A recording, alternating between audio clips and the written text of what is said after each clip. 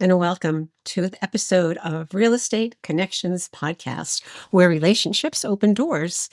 And today's guest is a fantastic person from Colorado Springs, Colorado, all of that 8,000 feet or wherever they live at. And it's Wanda Wood. And you are going to be so amazed by Wanda Wood because I'm so amazed by Wanda Wood. Wanda is a realtor in that area, serves what that kind of Pikes Peak, the mountain area. And I got to know her just because she reached out to me, which is a classic example of as people reach out to you, put them in your environment and see if it fits. So Wanda, as we talked, each time we connected, there was more and more we had in common. But what we do have in common in a big way is our concern about housing as we get older. The choices that we make in our middle years that do impact our later years and our later decisions, and also those issues that could kind of happen to us, an aging parent, a dependent child, whatever it could be. So Wanda will hear from today and get her perspective on things. And one other area that really struck me about Wanda is Colorado can be a very expensive real estate market. And especially in the mountains where you see these amazing homes with amazing vistas. Wanda's price point is low middle. As a realtor speaking, I asked her about that, and I'll ask her on the recording today. Wanda, your price point is not like 1 million something. And let's see what she has to say.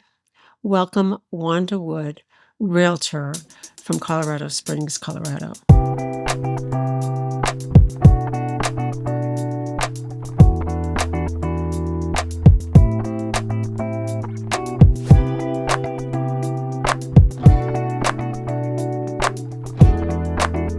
Well, welcome, Wanda Wood, to Real Estate Connections Podcast. I'm so looking forward to this discussion because we have so much to talk about. Wanda is a realtor in the Colorado Springs area, and I know it a little bit, and she knows it a whole lot more, and has been a realtor for more than 9 years, I guess, right? And it has so many other interests that we share in common: a military background.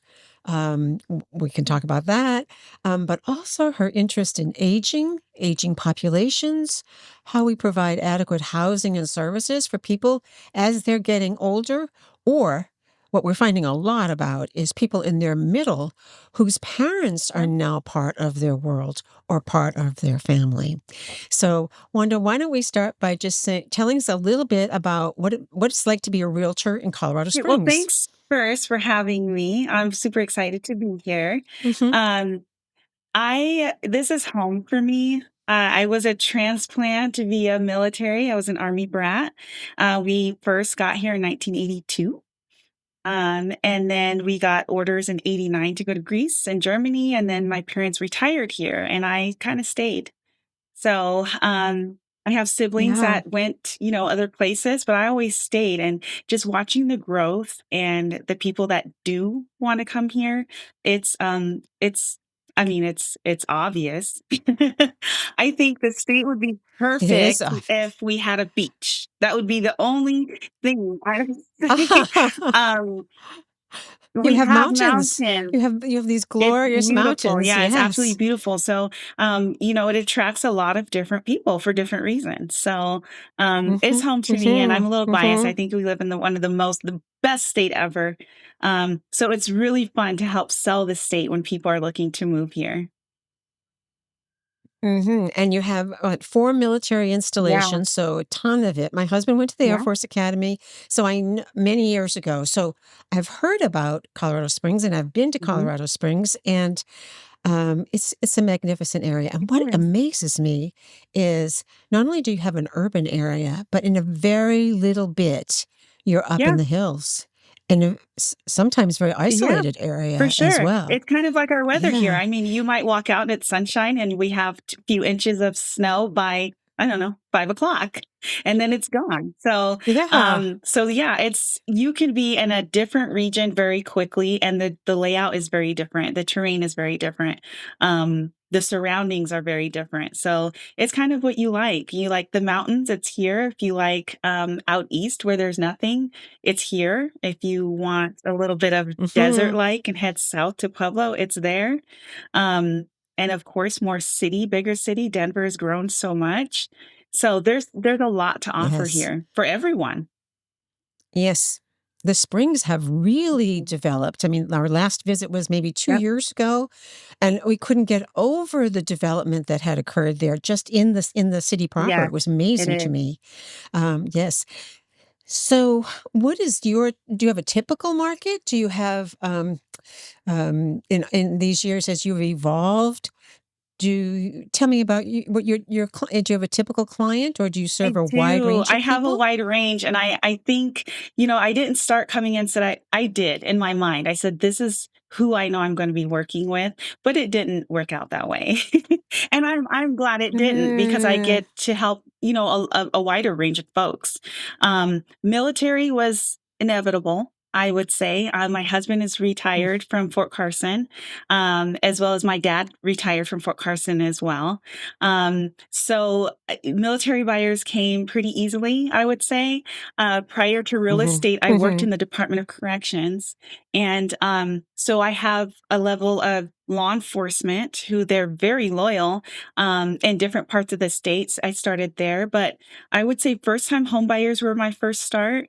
Um, Now, later in career, I'm being seeked out for more senior housing just because of some of the work that I've done, yes. the designation time that I've taken, and things like that. So Mhm, I have a wide range.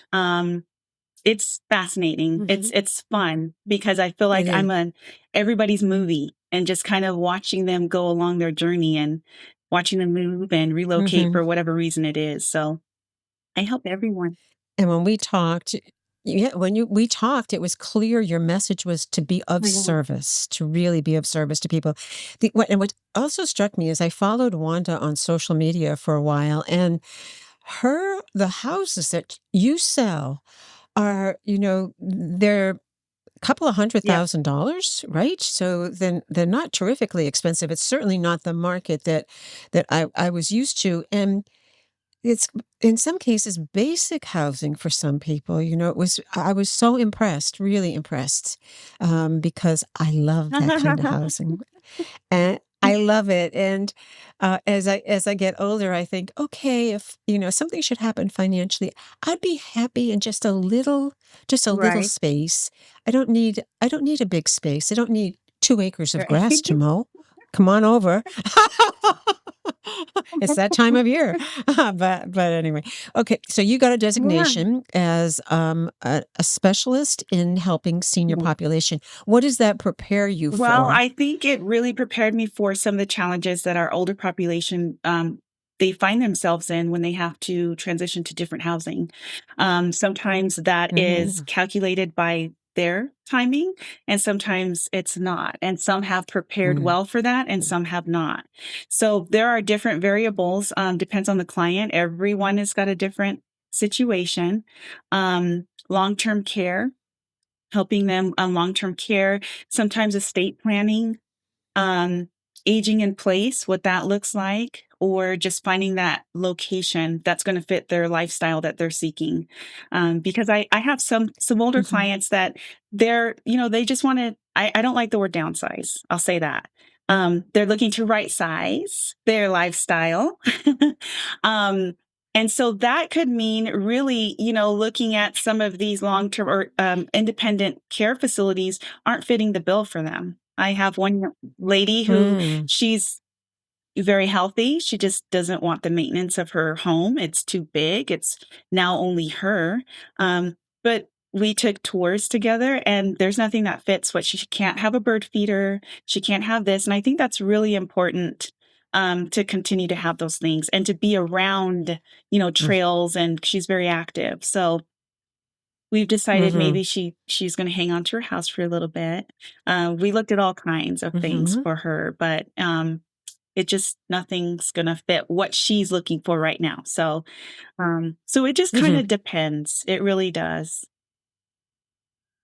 Do you find you interact with their families, like Oh adult yeah. children? Do you get called into kind of more, time is of the Oh yeah. essence Oh yeah. issues? Yes. I actually had a client who unfortunately found herself in foreclosure because she had to private pay for care.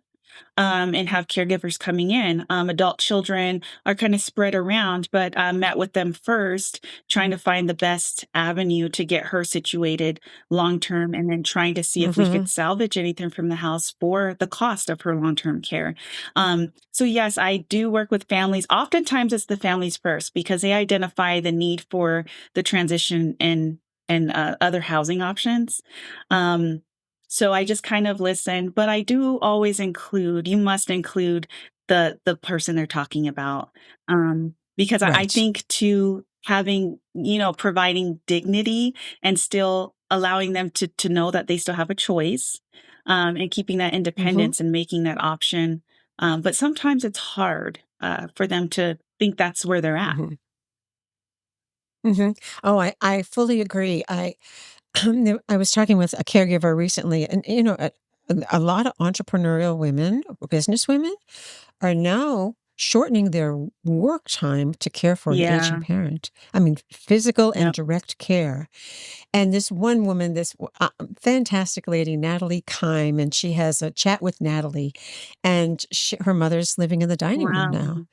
Wow. And she is caring for that person. And so she talks about partnership, that she's in partnership with the in her case, it was her Mhm. parent, right? She had to go out of state, sell Yep. the home, bring the parent, back to where she was in where she lives, and that that concept of partnership was really ideal, I Yes. thought. Now, Yep. and I think it is sometimes easy to talk about the person rather than with the Correct. person. Yeah. Yep. So you got a designation, but then the other thing we talked about was you're getting a certificate in I gerontology. am. And Yeah, that has been age has always fascinated me. I didn't know that I would be taking the course this way, but age has always fascinated me. More on the level of how can I stay looking the way I look at any age, to be honest. But once you start looking, as a whole, it is a number. It's only a number. It really is a it's number. only a number. And that mindset like really sets the pace, I think, for how you age and how Mhm, you look at aging. mhm, So that's a huge mhm, thing. I loved this. I just finished my first half. I'll start fall here in September. But it was more of a collaborative um, thing, I would say. It was an untraditional class. It's not a bunch of, homework and all of that quizzes and tests, but the facilitator brought in like adult protective services and elder care attorneys. And so it was more like networking to me, and being able to have more resources to offer and know who to call, because you do get those mhm. calls. So feels And good. make and they now know you, and Yeah. they know you have on a level of Hmm. interest, right? And develop skills. You have a certainly with each client so different Right. each time, as you say, you learn You something do. new and you learn how to help them Yes. newly, right? Yes, you do. Excellent.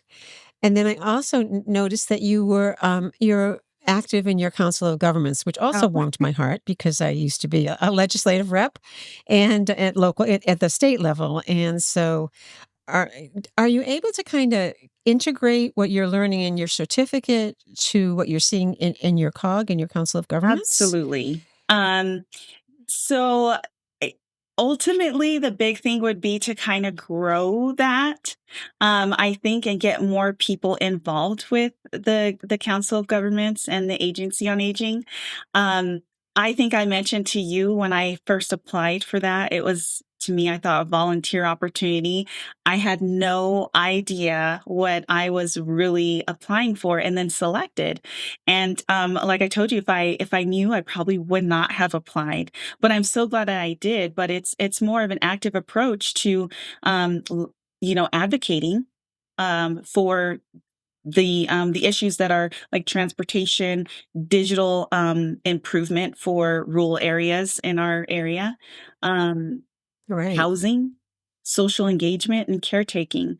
So they're kind of following a baseline for our multi-sector plan here, which is a 5-year plan, based on a survey that Mhm. older adults took.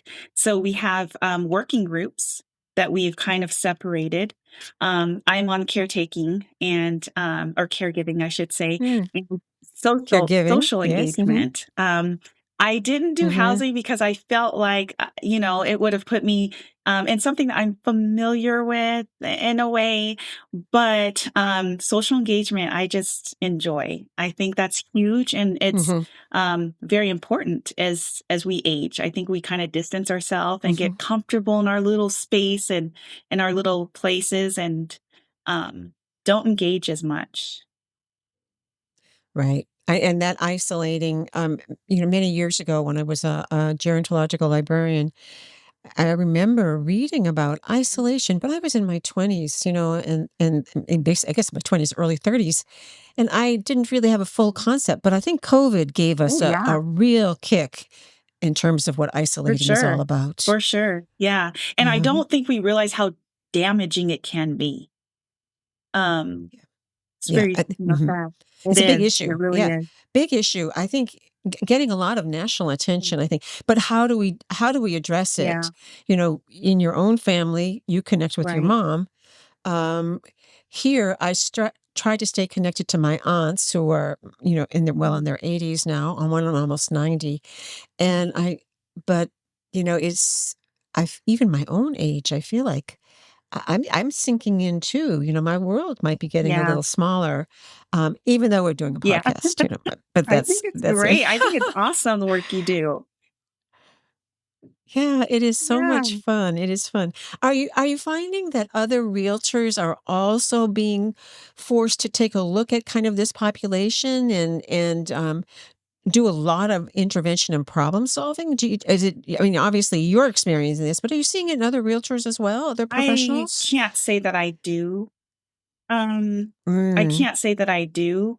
Um, There are a lot of situations that are super unique, and if not handled properly, it can be harmful, I think, to the consumer. If you don't know how to mhm, guide certain people with certain things. People are not mhm. familiar. You have to be familiar with some of the Medicaid look backs. I mean, that's changed. Yes. You have to kind of know what's going on in their world in order to kind of aid them. Mhm, And I would say the designation helped quite a bit because it opens up, another whole world of reverse. Most people don't know reverse mortgage lenders. Um, mhm. I mean, if you don't work with that population, you're not working with one. So most people don't. Are you encountering the new reverse mortgages? Do you see people I using them do. more? I do. I see it more so for purchase. So it's almost, yeah, For reverse for purchase. purchase. So that's for something smaller. And it kinda, sets them in a better bracket than worrying about having to, sell right away and then having to, put XYZ into the new house. So I'm seeing a lot of that. So how does it work? I have a house in Springs. It's worth 500,000 and I really want to be in a smaller world. And so how does that work? How do I get a reverse mortgage for a So purchase I'm at not a that point? lender, but I would just tell you how it kind of Yeah. explained to Good, me. good. It's Yeah. almost if you think of it as a bridge loan. So the Yes. current the subject home must have, adequate equity. um, Mhm. Whatever that number is. And they can Yeah. actually purchase that other home outright, because usually they're purchasing something lower than what they're selling their current home for. And then they're not worried about any type of payments. So, Mhm. I wish I could tell you all the little things in between, but I'm not a lender, but that's how it works in the grand scheme of it. But you can do reverse mortgage Mhm. for purchase. And for me, I thought about, wow, that sounds like almost a bridge loan. Yes, it Yes. does. It sounds like Yeah. a bridge loan. Because the idea is that when you would sell your house, you could pay off that Right. bridge loan. But are people not doing that? Are people, keeping the reverse They mortgage in place? that Do you know? it depends, but a lot of people don't know their options. And so that's why it's really Yes. important, because sometimes I find they spend more doing something that they think they should be doing, when something else could be saving them a lot more money, in the Yes. end. Yes. Several lenders have come to me and said, I want to be on your program to talk about reverse Yeah. mortgages. Well, I haven't embraced it yet. That you brought this up. I haven't embraced the issue yet because I want to approach it Mhm. cautiously. When I was at ARP, we would hear these really, nice things. They would sound very attractive, and then we would have to kind of assess it. What is the short-term impact? What Right. is the longer-term impact? So you're the first person, realtor, that has, brought that Yeah. up to me. And so I'm now more Yeah. inspired to And go do some more. and to be Do you honest have with you, reverse go ahead. mortgage has had such a bad connotation for a really, really Bad long rep? time. Yeah. And I'll be honest with you, Yep. the lenders that I did meet, I wasn't very receptive, and I was upfront with them and told them why. But they did a really good job of explaining how the actual program looks, and I had a bunch of questions about things that I've heard about it and why I wouldn't want a client, I wouldn't put them in, but it really isn't. And it's not for everyone. I will say it is not for everybody. It doesn't fit, one size fits all. But it is definitely an option. If it works, it's a great option. Right. I think that caveat is really important. It's not Mm, for everybody, and really every loan is right. not for everybody. The other thing is that, and the other caveat is really examine it Yep. and study it and get some more information and see if it Mhm. impacts you. I love to go to trusted Yeah. lenders, people I've seen interact in often very difficult, stressful Mhm. situations to get and there are many, and you obviously have some, and I've had a number of them over the years. So I think the next program is going to be, I think it's called Heck, HECM, right? yep. Home equity Yep. something. Yeah, HECM. So I was told HECM. The other thing that came to mind as you were talking was the concept of Mhm. downsizing. I had a Mhm. guest recently, Saul Skolnick from New York, Westchester County, and he talked about side sizing, and and I don't know why it's so hard to say that, but he sells his house, his 200-year-old house in this gorgeous little Well, town, and then he goes for another house, right? I know another residence, so it might be less expensive. It might not be. wow. And interest rates are Mhm. different, obviously, now as well than, many people were handling 15 years ago. So he has coined this term side sizing. And so I'm attuned to it, and I like the idea. I like the idea That's a lot. awesome. Well, it is Yeah. really, really, really awesome.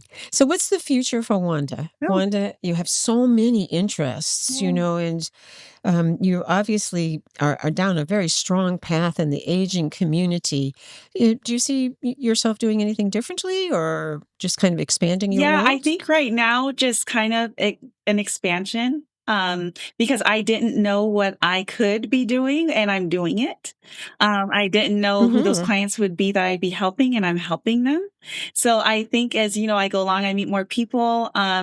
The it just comes. You collect the resources, and you just, I don't know. It just happens. It just comes. So yeah, Excellent. Excellent. Well, thank you so very much of for spending time with course. me Thanks today. I for really having like it. me. And every time we connect, it's like, oh, we have that in common, and we have that in common. Yes, And you're what, 2,000 miles yes. away, but I so enjoyed getting to meet you and getting to know you, and I hope we connect Mhm. again, and don't hesitate, audience, to reach out to Wanda Wood. If you're in the Colorado Springs area, I'm not supposed to endorse Oh, anybody, but you can see that Wanda would be a good person to confer mhm. with and to consult with. And also is a great person to get other referrals to, such as estate planners For or sure. lenders, because that's what we Yes, do, right? We yes, we network. network. We're We we're network. connectors. Yeah. Very good. Well, thank you Thank again, Wanda, you. and I look forward to another Yes, thank you conversation. so Okay, much. great, great. Thank you so much for joining us today, and I hope you found this conversation useful to you and your real estate goals. You'll find the contact information for our guests and any links they recommend you have in the show notes. And should we be able to help you identify some strong real estate professionals in your area, drop us a note at info@realestateconnectionspodcast.com. Thanks again, and bye for now.